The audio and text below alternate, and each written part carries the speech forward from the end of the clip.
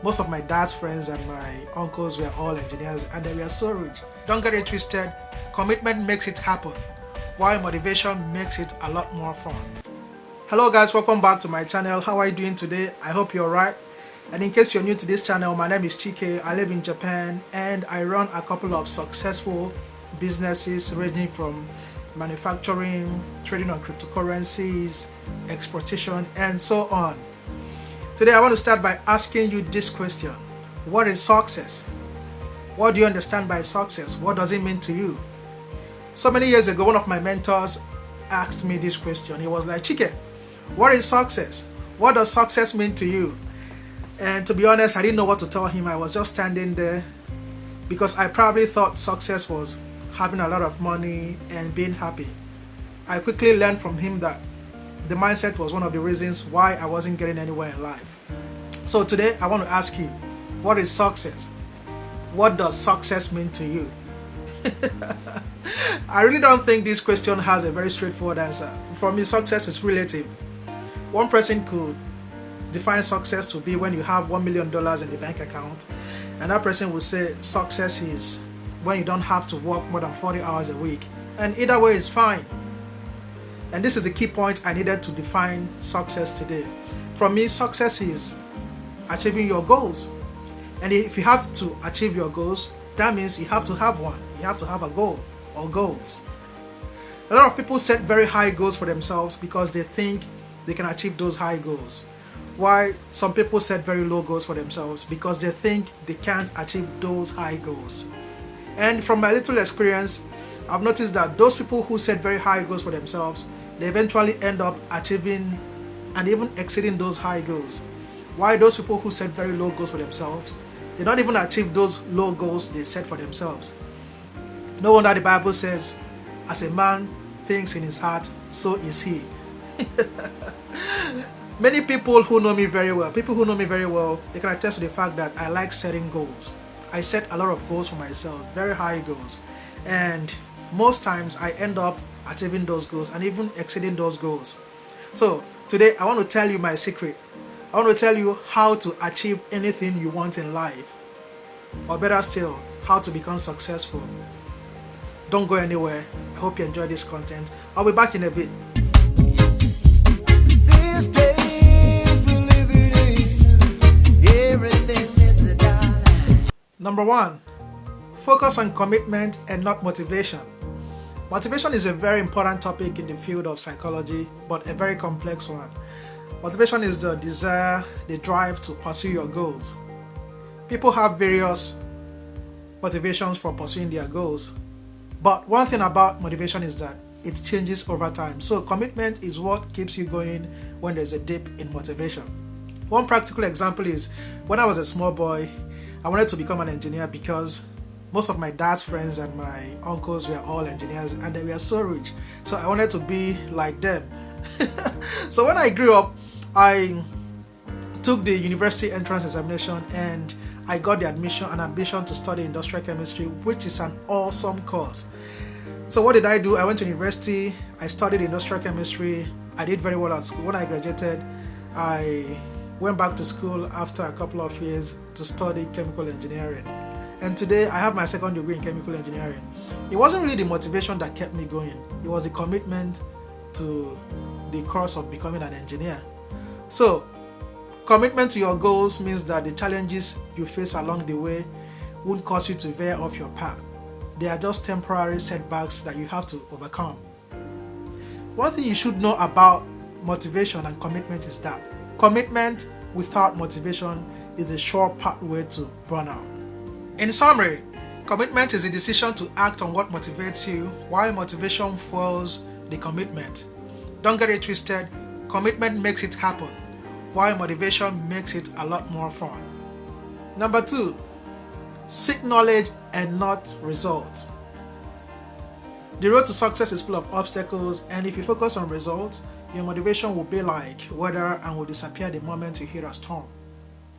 The key is focus on the journey and not the destination.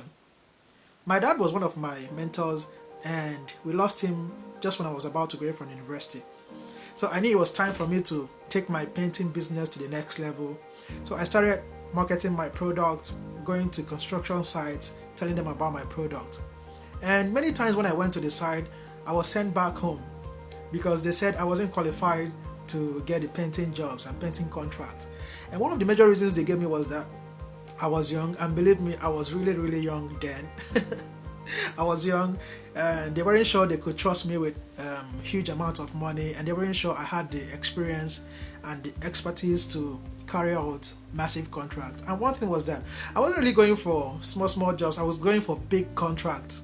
So what I did was, whenever I was sent back home, whenever I was denied a job, I will carefully study why I didn't get the job. So I didn't really allow it to get to me that much. I didn't really allow it to discourage me. I kept on studying and thinking of how to give myself a better chance next time. And I kept on working on myself, and I kept on improving. I kept on correcting some of those things they said I wasn't doing rightly. Until one day, I woke up. Actually, that day I was so down. I wasn't motivated enough. So, but just like I said, the first point, commitment is what keeps you going when there's a dip in motivation. My motivation was really low that morning, but I just had to stand up, and I went to one of the construction sites. It was a massive site. Luckily for me, when I got there, I met the house owner, the landlord, and the guy is a very popular lawyer in Anambra State, Nigeria. So he was like, "Young man, what are you looking for here?" I told him I was into paint production, that I wanted to get the contract to supply him the paint and paint the house, his house. It was a very big house. He was like, "Really? Do you have the experience? Where's your factory? How old are you?" I told him. He was shocked. So I showed him the pictures of some of the jobs I did in the past. Not big jobs, small jobs. And he was like, "I have your age mates at home, and one is just about the same age with me." And he said all those, his children, they were depending on him to give them money every day. But me, I was more interested in carving a niche for myself. And do you know what happened? The obstacles I had, the reason why I was disqualified in the past, was the reason why I got that job. Because I worked on myself and I packaged myself better. The guy saw me and he was like, "I trust you, I believe you can do this job." And the guy told me to go ahead and do the quotation, and I did the quotation I gave him. It was in millions. The total sum was pretty damn decent. Now, the lesson here is that those times I was turned back, those times I was sent back home, I didn't allow it to get to me. I persisted, and I was busy improving myself and thinking of ways to give myself a better chance. So that's it. Seek knowledge and not results. Number 3, stop being nice to yourself. Motivation means action, and action brings results, right? But sometimes your actions don't bring the result you want. So you choose to be nice to yourself in difficult situations, right? You wait for the perfect timing, an opportunity, while you drive yourself into stagnation and sometimes into depression. Get out there, challenge yourself, do something that you want to do, even if you're afraid.